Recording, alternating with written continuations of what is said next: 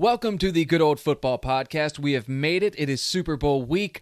This is what it all boils down to. 32 teams started out, just 2 left. This is what we look forward to all year. However, this is the first time in my lifetime that we get here, and no one is really even mentioning the Super Bowl as obviously the news of Sunday afternoon. I listened to 4 hours of sports radio on Monday morning. I'm not exaggerating when I say maybe they talked about football for 20 minutes, and appropriately so. Dan Patrick holding back tears this morning, and he was one of many I listened to who just with the raw emotion of everything going on. I told myself on Sunday I wouldn't spend much time on Twitter. First Sunday without football since August. I'm always in that never-ending battle. I think a lot of us are in to spend less and less time staring at the little screen in our hand that we keep in our pocket. I was trying to spend less time on it. I was doing a pretty good job. I just so happened to check Twitter around 2:30 in the afternoon, and I saw a tweet from Dan Cronin, who I know from Cincinnati. He's the brother of Mick Cronin, UCLA head coach. I know Dan from back then. He worked with us a lot when I was working at the NBC affiliate there. And he quote tweeted a tweet from somebody saying that Kobe Bryant had been killed in a helicopter crash. And I click on this guy. The guy's got about 100 followers, so maybe this is a hoax, right? I click on the TMZ link. It seems absolutely legit. This is TMZ's website. But I go to both their Twitter accounts, TMZ and TMZ Sports. I'm sure they have more than that, but those are the two I know about. They've not tweeted the link at all, said nothing about the link at all. But I'm looking at the website, and it seems legitimate. It seems like the real thing. I've been on TMZ's website before. I know what it's supposed to look like. It says TMZ.com. There's no TMZ underscore or anything fishy in there.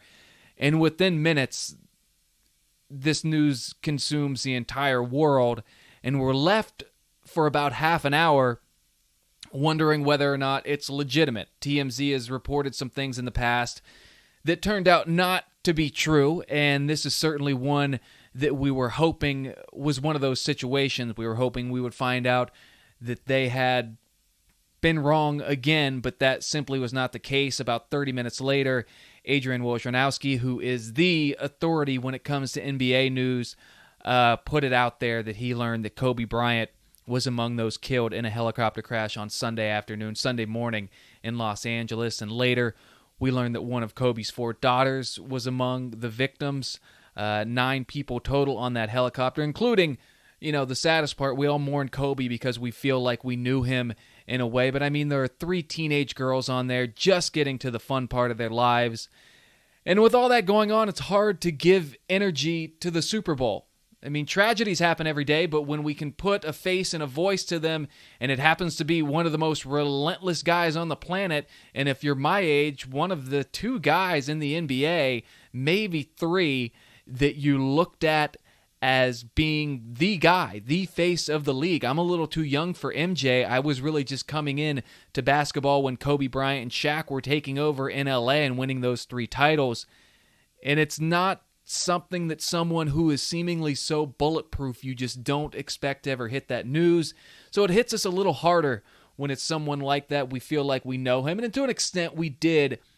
And for me, certainly the most, shocking celebrity death in my lifetime. Certainly the most shocking death of sports in my lifetime. The headlines still don't seem real. I keep seeing them, and I get that same feeling I did like when I first saw the TMZ post. Like it still feels fake, like something someone photoshopped together. But unfortunately, it is real, and for that reason, the Super Bowl taking a spot on the back burner for most of the sports world as Sunday turned to Monday. And we'll get more to the Super Bowl as the week goes on with, of course, Kobe Bryant and the other victims being remembered. I'm sure the NFL will do something to honor them as the week goes on. Excuse me. And as they play the game on Sunday in Miami. The Pro Bowl, of course, this news broke within an hour. The guys are on the field warming up in the Pro Bowl as all this breaks. And it went on as scheduled. During it, Lisa Salters is choking up interviewing Drew Brees. She was asking him about retirement, and it kind of hits you right then. He said that he will decide in February if he's coming back, but you have to wonder, an event like this, a tragic incident like this, does it make Drew Brees or maybe Tom Brady look a little harder at if they're ready to leave football behind? They both have children. Children don't stay children forever. anyone with grown children will tell you that children don't stay children very long at all. And suddenly guys like Breeze and Brady look at working 60 hours a week from August to January, and maybe they look at it a little differently. So we'll see how far this impact goes. Obviously, the great impact to the families of all those involved. However, it branches off and it can affect other people too, certainly professional athletes who see a guy like that who was as good as it gets in the sports world, and he got just a few years outside of sports to really enjoy life where he was very, very much thriving, which I thought was an awesome thing to see. You see so often guys get out of sports and don't really know how to handle life. That's been their identity since they were 8 years old. Kobe did not struggle with that. Certainly someone to admire as an athlete and a father as he came down the stretch there, and we'll see what impact it has on guys like Breeze and Brady and others in other sports. You got all that money in the bank. Maybe you pursue a different passion, one that allows you to soak up every moment you have as a parent and as a husband and all that good stuff that people tell you about. That's all speculation from me, but I'd be shocked if those guys aren't affected by this, perhaps reorganizing their priorities as they, learn how precious life can be. Sunday was a rough one. I'm not someone who goes overboard on these celebrity deaths. I felt like I did have to address it here on the podcast. I mean, it's the biggest story, in a very, very long time. And I don't have a problem with people who do get very connected to celebrities and get very upset over deaths. You do you. No one gets hurt in that situation. But this was an all-time shocker. And then again, you think about the teenage girls just getting started in life, the other adults on that helicopter, all of whom, as far as I know, the only one I didn't see for sure was the pilot. But I know most of the adults on there had young children who they're leaving behind. A rough day for everyone involved there, obviously. And look, I know I've got into journalism. This is something I wanted to touch on here. I don't want to, this is usually a fun, goofy podcast of me being an idiot while talking about football. But it was such a confusing time for so many people yesterday to accurately get information about what was going on. I've talked about journalism on here before, and there were some people yesterday who work for legit news outlets who were just putting false information out there in hopes of being right, in hopes of being the one to break the big story and get the thousands of retweets. And I'm not calling anyone out by name. I'm not trying to be mean or mean-spirited here, but there were reporters employed by legitimate news outlets who put wrong information out there, which for the most part centered around Kobe's other three daughters, as well as former Laker Rick Fox. This is why you go to school to get a mass communications degree. Not that it's that difficult of a degree to acquire. I've got one, and if you listen to this show, you know all about me. I'm not the brightest crown in the box, but there were some information put out there on Sunday that could severely impact someone's life through a tweet. You got to, it hit me after the fact. I think it was Rick Fox's, maybe like a niece or a stepson. Someone tweeted, he's good. But at the same token, you got to think one of his friends or family members was out there surfing around and saw that he was dead on Twitter. I'm sure their hearts sank. I'm sure it was one of the worst few-minute sections of their life because people wanted to try and break a story that they had no business breaking. So I'm sticking up here for the real journalists who are actually doing the work, not just hoping to put something out there to be right. And look, I'm not in the business of calling for people to be fired. I'm not in the business of calling people out by name, especially on this goofy little podcast that I'm happy when it cracks 100 listens an episode. I'm just saying, I'm just saying that maybe take everything you see on the internet with a grain of salt, because there was a lot of people believing a lot of stupid stuff. I remember when the Tony Stewart incident happened, when he was doing his dirt track racing and he hit another racer that ended up killing that guy. The guy, I believe, got out of his car and Stewart hit him and the guy ended up dying. And there was a lot of bad information out there that night, a lot of which turned out to be true, but it was just random people putting things out there. And I remember, I put out there that it's hard to believe this kind of stuff until you see it actually confirmed. And for whatever reason, some very well-known dirt track racer retweeted that. So I've got people coming at me, dude, he killed someone. The guy killed someone. Maybe he did, and it turned out he did. But at that point, no one knew that. And to put that information out there that will destroy someone's life if they read it, and it's right or wrong. These are real people, and that's why you go to school for this, so that you're not someone just throwing things out there, hoping they stick to the wall, and you can get a few extra followers. I guarantee you Rick Fox has friends and family who saw that on Sunday and had the worst feeling they've ever had in their lives. So beware that little blue check mark. Does not necessarily make someone a good source of information. Maybe Twitter needs to revise who they give those to. Maybe news bosses need to revise who they let run their Twitter accounts. All right, well, I'm going to get off my high horse now. Let's have a little fun today. Let's talk some football today. It's Super Bowl week, and you are listening to the Good Old Football Podcast.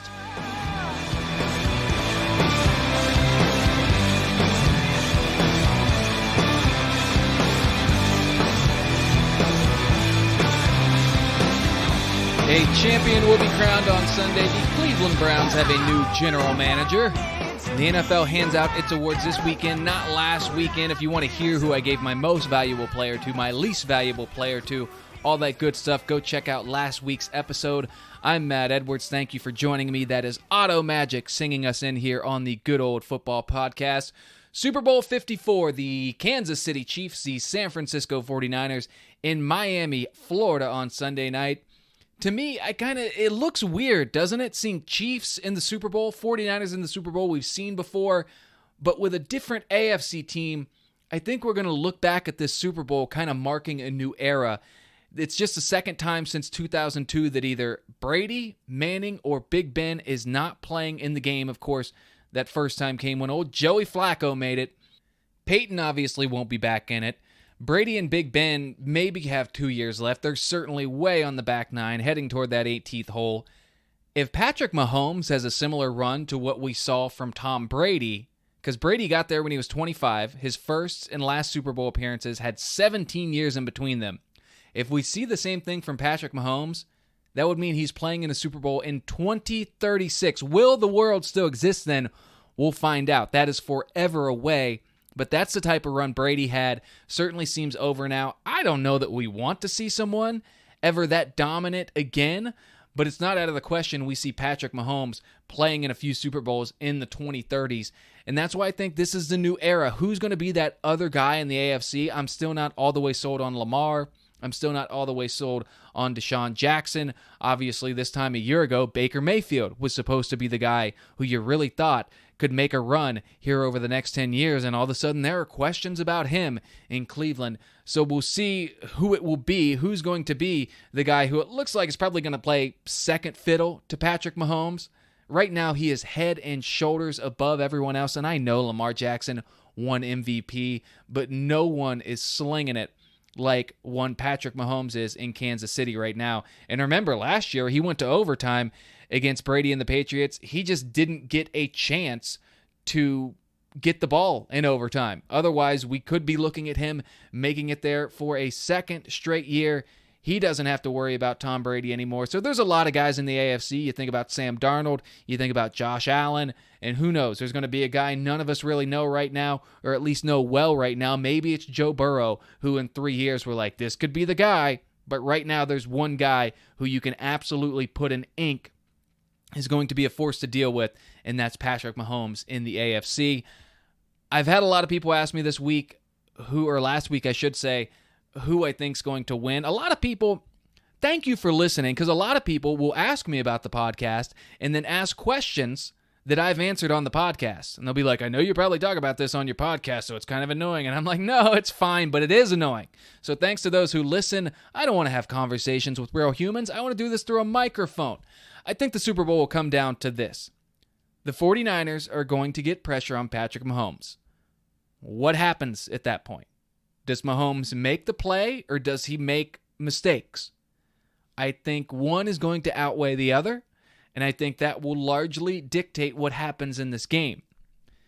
Jimmy Garoppolo doesn't have near the pressure on him Mahomes does. I think the Chiefs will commit to stopping the run. They will try to make Jimmy Garoppolo go for score with Mahomes, and I think we all know who wins that one.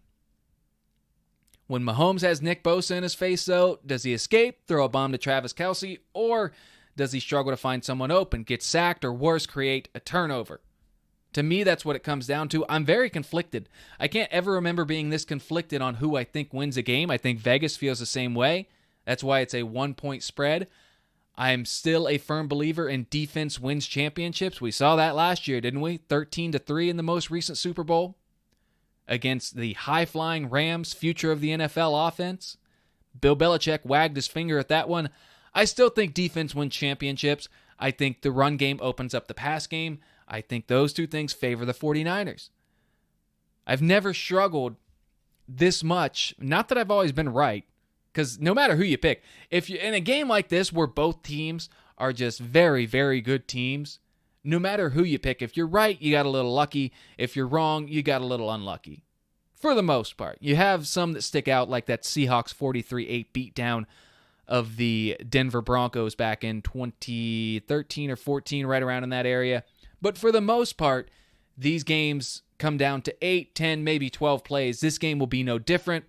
Both teams are hot. Both teams are loaded with strengths. I mean, it's not, we talk about Mahomes mostly, but they've got a Hall of Fame tight end. They've got one of the fastest guys in football in Tyreek Hill. Their defense out of nowhere is just amazing. I said earlier in the year, they're not going to get anywhere with this defense. Not the case anymore. I don't know what they figured out. Maybe they got a hold of some of Michael's secret stuff, but they have got it together. And listen to this, man. This is what gets me. I talk about both teams being hot. The Chiefs have scored 86 points in their last 2 games, playoff games. 86, that's 43 a game against the Titans and the Texans. They're not playing the Bengals and the Dolphins. These are good teams. They have not lost in nearly 3 months. They have the better quarterback. They have Paul Rudd on their side. I like that. I think the Chiefs are going to win this one 30-20, which pretty much guarantees that the 49ers will win. But I'm going Kansas City. Take this knowledge with you. Present it as your own if you'd like. All week long at a Super Bowl party. If you subject yourself to such torture, you can do that there. I despise Super Bowl parties. I think I mentioned this last week. Because here's what happens at every one. There's at least one dude at every one of these Super Bowl parties who ruins it. He acts like he knows what he's talking about. And be like, they should throw it deep. Thanks for the insight, Jimmy. I'm sure Andy Reid needs someone like you on his staff letting them know they should throw it deep every play.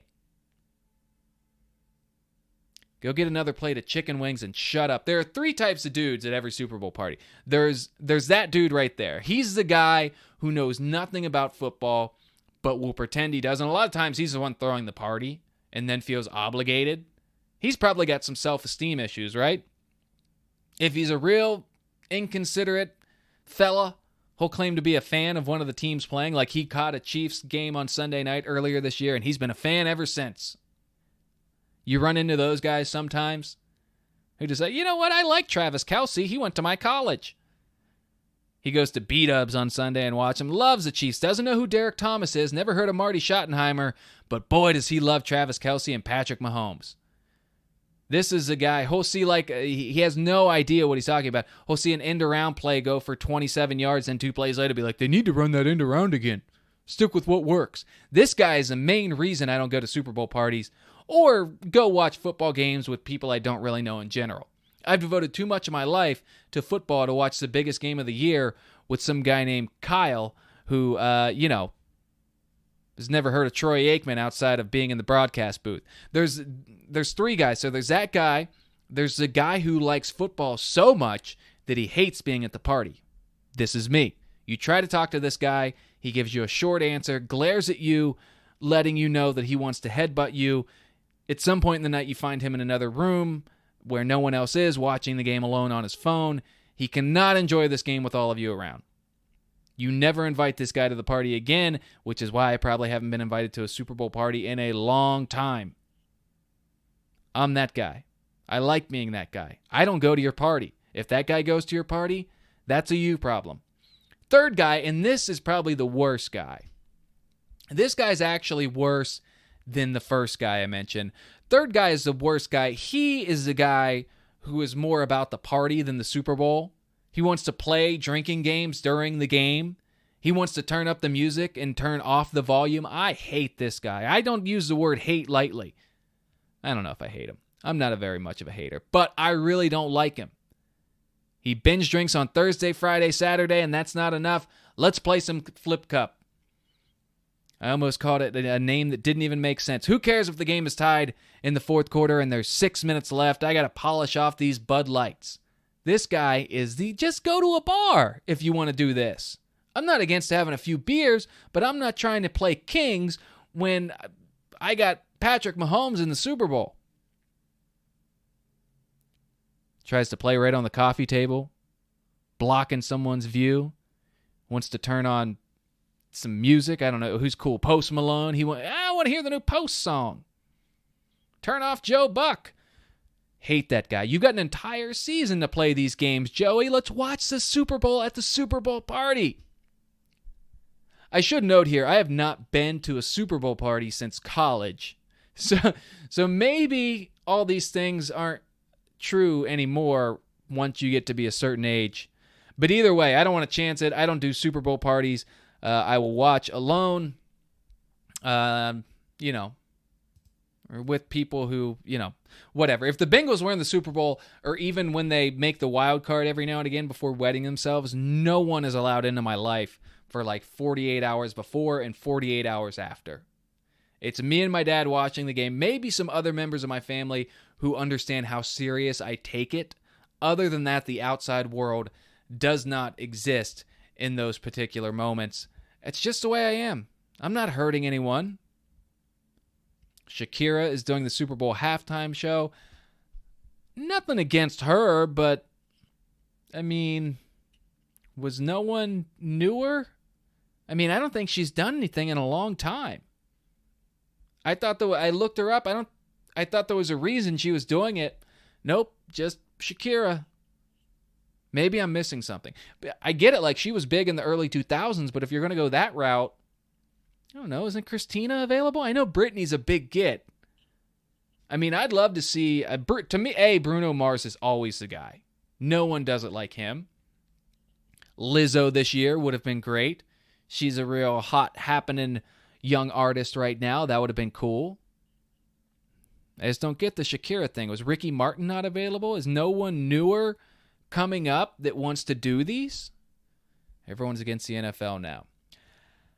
Speaking of, things that no one wants to do, the Browns have a general manager. They hired Andrew Berry. He's just 32 years old, which makes me feel good about my life. He spent 3 years with the Browns front office before taking a gig with the Eagles last year, and now he is back in the land. He's a Harvard grad. I like that. The Browns are loaded with Ivy League guys right now. It's just comical to me. It's like a sitcom because they've got like a few Harvard guys. I think someone in there went to Penn. And then there's old Jimmy Haslam up at the top. Went to Tennessee, owns a bunch of truck stops, can speak about as well as I can. It's comical to me that they have all these Ivy League guys and then the good old boy Jimmy Haslam in the truck riding industry. Andrew Berry seems like a smart guy. Let's see if he gets more than 2 years in Cleveland before we judge him. We're not supposed to judge people in these new roles for like 3 years, but in Cleveland, they never get that long. So Andrew Berry's success largely going to depend on good old Jimmy Haslam and whether or not he can sit still for 10 minutes while a new hire tries to figure out what's been a train wreck of a franchise for 20 years.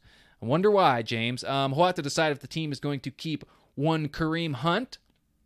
That video came out on Monday. He was pulled over. He had weed in the car. He had an open bottle of vodka in his car. He was not impaired. But dude, no better than this. This isn't that hard. I'm not against marijuana. I'm not against alcohol. I think for some people, both those things are necessary to function in society, but there are two places you can't have them. One is in your vehicle. The other is a daycare center. I'm probably missing something in there, but why are you driving around with an open bottle of vodka? You made $1 million last year. Leave that one at home. Buy a new one when you get to where you're going. So with Nick Chubb being as good as he is, the Browns can probably move on from Kareem Hunt and not think twice about it. Time will tell. That's a decision Andrew Berry will have to make. By the way, very cool cop in that video. He didn't give him a citation for either the open container or the small amount of pot found in his car, which, by the way, during my time as a reporter, I spent a lot of time in courtrooms.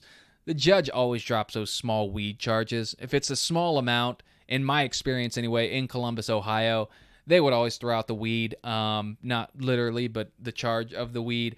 I'm sure word trickles down on that to police, and less of them are caring about finding these small amounts in someone's car. And again, Kareem Hunt does not seem was under the influence of any substances, which is the important part here. But come on, dude.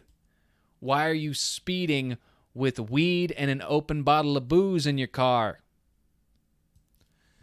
Life is not that difficult, folks. You know who can do all the bad things they want within the parameters of the law and not have to worry about it anymore? Eli Manning. Old Eli retired.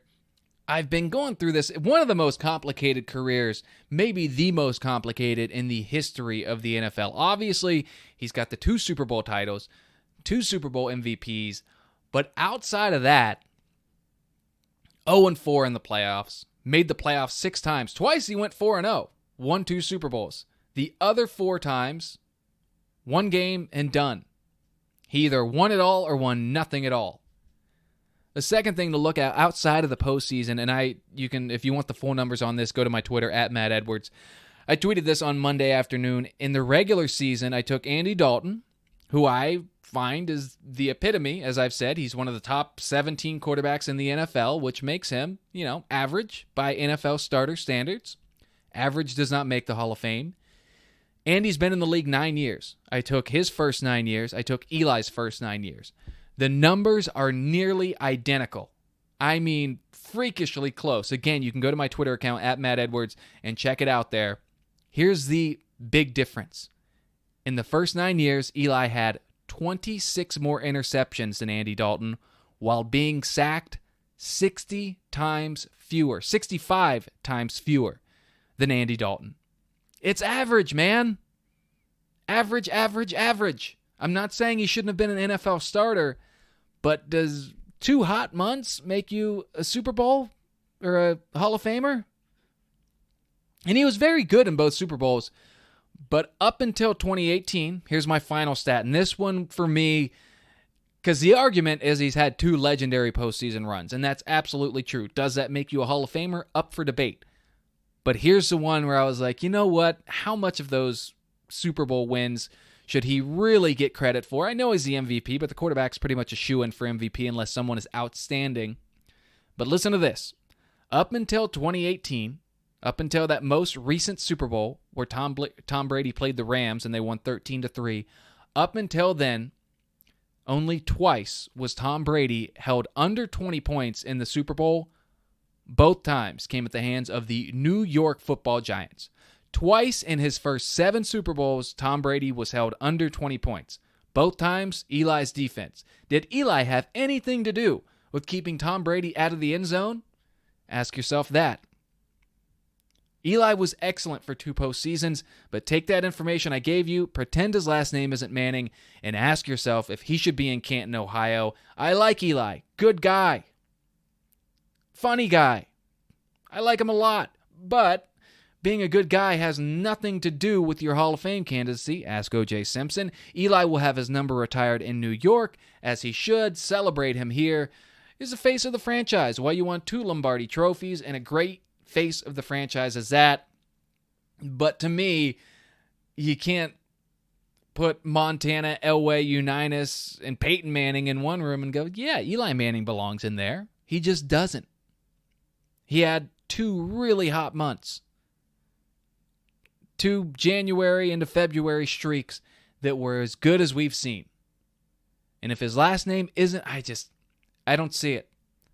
I do not see it. I get the argument, and I won't be mad if he gets in. If he gets in, great. He's a good representative of the NFL. I'm not someone who gets overly upset about these foolish little arguments, but to me, you look at the fact that his regular season numbers are average. He got hot twice. Outside of that, didn't win a playoff game. And oh yeah, his defense probably had more to do than he did with winning those 2 Super Bowl titles against Tom Brady and the Patriots. So what happens, happens. Eli's been great. Daniel Jones will be fun to watch. but in my opinion, he should not get a bust in Canton, Ohio. We'll see who gets a Lombardi trophy in their trophy case, whether that be San Francisco adding one or the Kansas City Chiefs. It's all going down Super Bowl 54 this Sunday. Again, I like the Chiefs to win it by a final score of 30-20, which pretty much guarantees the 49ers will win it. That's all I got for you. I appreciate everyone tuning in. Next time you hear from me, we're going to have a Super Bowl champion. It's all but done now. I appreciate you tuning in. If you liked the episode, tell a friend. If you didn't get my award spiel last week and you want to check that out, you can go check out last week's episode. I'm Matt Edwards. You can find me on Twitter at Matt Edwards, on Instagram, which I've been slacking on this week, at Good Old Matthew. I will pick it back up. Appreciate everyone tuning in. Auto Magic will play us out. Check them out on Spotify and wherever else it is you young whippersnappers get your music. Thanks for listening to the Good Old Football Podcast.